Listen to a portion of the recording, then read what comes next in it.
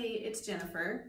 Today I want to talk to you about overdoing it. So it's getting nice outside and the sun is shining and it's so easy to go out there for a run and be like, oh my gosh, this feels amazing. I'm just gonna keep going and run like 3 times more than you've run in the last month.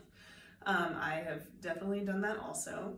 Or maybe you've got a race coming up in the spring and you've gotten a later start on it than you want. And you're like, I'm gonna go make up for lost time.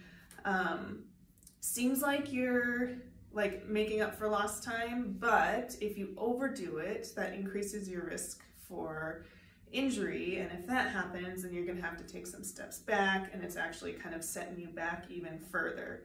So my advice is to enjoy that sunshine and that nice weather with an extended warm-up or an extended cool down, or maybe going for a walk, and try to be a little more intentional about how far you're running, or like if it's the first time you've been in the kayak or something like that, don't take it on the longest route you've ever been on. So a good but imperfect rule of thumb is the 10% rule. So don't do more than 10%,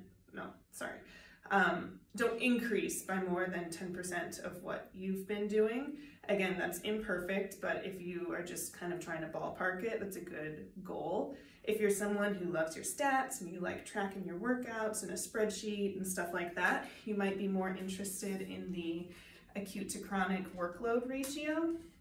So this is calculated by basically what you've done over the last week, divided by what you've done over the last little bit. So the time changes depending on what study you're looking at or how you're calculating it, but a lot of people use 4 weeks. So what you've done over the last week divided by what you've done over 4 weeks. And that includes like how much you've done and how hard it was. So if we're talking about running, for example, you would consider like the mileage and how hard it was when you're calculating your workload.